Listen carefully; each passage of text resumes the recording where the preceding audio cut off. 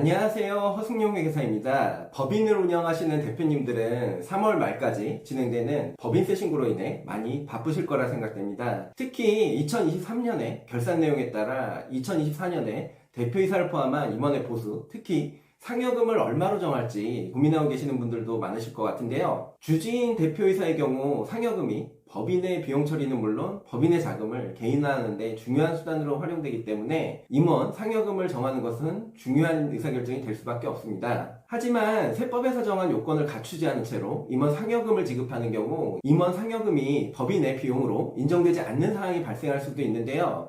그래서 오늘은 법인의 임원 상여금 지급 시 유의할 사항들에 대해 영상을 준비해 보았습니다. 영상 내용 끝까지 확인하시면 2024년 임원 상여금 지급 절차를 준비하시는데 많은 도움이 되실 거라 생각됩니다.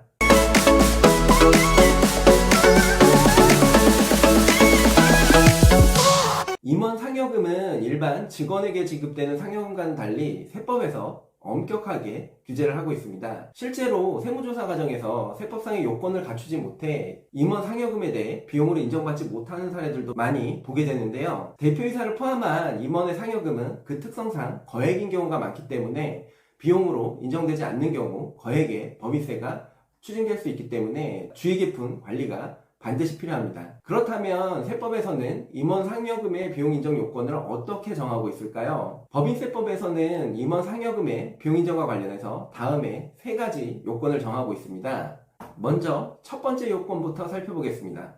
법인이 임원에게 지급하는 상여금 중 정관, 주주총회, 사원총회 또는 이사회 결의에 결정된 지급 기준에 의하여 지급하는 금액을 초과해서 지급한 경우 그 초과 금액은 송금 즉 비용으로 인정하지 않는다는 내용입니다. 임원 상여금 규정 관련해서는 보통 정관에 구체적인 규정을 두는 경우보다는 주주총회나 이사회 결의에 의해 임원급여나 상여금 규정을 정하도록 위임하는 경우가 일반적인데요. 하지만 위임된 내용에 따라 주주총회나 이사회에서 임원 상여금에 대한 규정을 만들지 않는 경우가 생각보다 많습니다. 극단적으로 임원 상여금에 대한 규정이 없는 경우에는 대표이사를 포함한 임원에게 지급된 상여금이 있는 경우 지급된 상여금이 전혀 비용으로 인정되지 않습니다. 또 임원에 대한 급여 지급 기준을 주주총회 결의에 의해 정하면서 전체 임원에 대한 보수 한도만을 정하고 세부적인 임원 상여금 지급 규정을 만들지 않는 경우도 있는데요. 이런 경우에도 지급된 임원 상여금이 비용으로 인정되지 않을 가능성이 높습니다. 이미 비용 처리했는데 사후적으로 세무조사 과정 등에서 문제가 돼서 비용으로 인정되지 않는 경우 법인세가 추징되어 세금 폭탄을 맞을 수도 있는데요. 따라서 임원 상여금이 비용으로 인정되지 않는 불이익을 피하기 위해서는 법인 설립 초기 단계에서 임원 상여금에 대한 지급 기준을 제대로 갖춰두고 별도의 상여금 지급 규정을 계속적으로 적용하는 것이 필요하다는 점 꼭 알아두시기 바랍니다. 관련 국세청 해석이나 불법 사례들을 통해 유추해보면 임원 보수의 한도만 정해지는 것이 아니라 구체적인 경영 실적, 개인별 직급, 업적 등을 고려한 성과 산정 지표 및 평가 방법 등을 고려한 지급 기준이 있고 이 기준에 따라 지급된 경우에만 임원 상여금 규정에 따라 지급된 것으로 인정된다는 점 참고해 주시면 좋을 것 같습니다. 특히 가족법인의 경우 이사의 수가 1명 또는 2명인 경우도 많아서 3명 이상을 요건으로 하는 이사회를 구성할 수 없는 경우가 많습니다. 따라서 이런 경우에는 실무상 논란을 피하기 위해서 가능한 주주총회를 통해 임원 상여금 규정을 정하는 것이 좋다는 점도 참고해 주시면 좋을 것 같습니다. 다음으로 두 번째 요건을 살펴보겠습니다. 법인이 지배주주 등인 임원 또는 직원에게 정당한 사유 없이 동일 직위에 있는 지배주주 등 외에 임원 또는 직원에게 지급하는 금액을 초과해서 보수를 지급하는 경우에는 그 초과 금액은 비용으로 인정하지 않는다는 내용입니다. 여기서 지배주주 등에는 지배주주는 물론 지배주주와 특수관계에 있는 사람까지도 포함이 되는데요. 이런 일들은 보통 가족에 의해 운영되는 가족법인에서 많이 발생하게 됩니다. 예를 들어 아버지가 최대 주주이자 대표이사로 법인을 운영하고 있는데 배우자 또는 자녀가 같이 해당 법인의 임원에 해당되는 경우 특수관계가 없는 동일 직급의 다른 임원과 비교해서 과다하게 상여금을 받게 되는 경우입니다. 예를 들어 최대 주주인 대표이사의 배우자도 법인의 상무이사이고 특수관계가 없는 제3자인 임원도 상무이사인 상황에서 배우자의 경우 상여금을 1억 원을 받고 제3자인 임원의 경우 5천만 원을 받는다면 상여금, 차등 지급에 대한 정당한 사유가 없는 경우에는 배우자에게 지급된 1억 원 중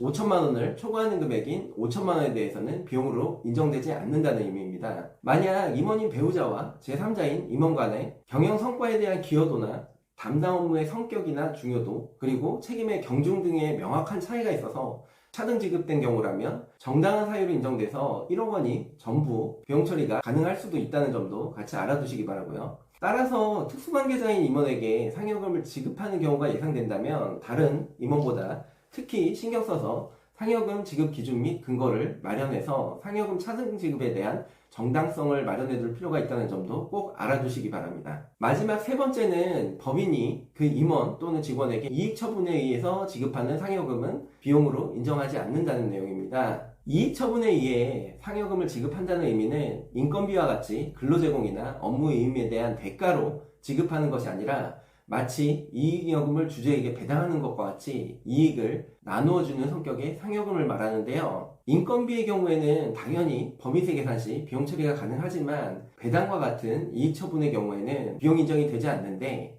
이익 처분 성격의 과도한 임원 상여금 지급을 통해 인건비 형태로 법인의 비용으로 처리하는 것을 규제하겠다는 의미입니다. 예를 들면 단기 순이익의 일정 비율로 상여금을 지급하거나 누적 이익잉여금의 일정 비율로 상여금을 지급하는 경우와 같이 이익을 나누어 갖는 형태인 경우가 해당이 됩니다. 또 대표이사나 임원의 보수가 단기 순이익에 비해 과도하게 지급되거나 동종업종의 평균적인 수준보다 현저하게 높게 지급되는 경우에도 이와 같은 문제가 발생할 수 있는데요.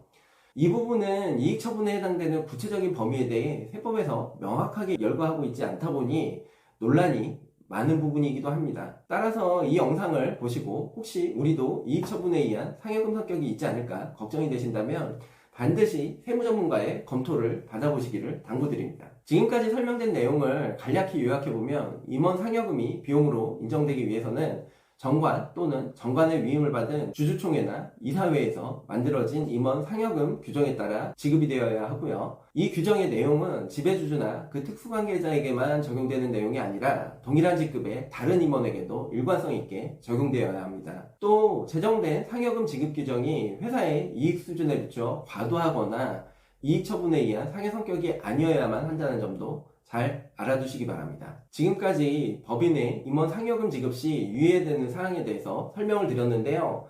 실무를 하다 보면 정말 많은 법인들이 세법에서 정하고 있는 임원 상여금 규정에 대해 모르고 임원 상여금을 지급하는 경우가 많습니다. 그리고 세무조사를 통해 임원 상여금이 비용 인정이 되지 않아 거액의 법인세를 추징당하는 경우도 종종 보게 되는데요. 지금이라도 늦지 않았으니까 이번 법인세 결산을 통해 세무전문가의 도움을 받아 법인의 임원 상여금 규정 꼭 점검해 보시길 바라면서 오늘의 영상을 마치도록 하겠습니다. 이상 허승용 회계사였습니다. 감사합니다.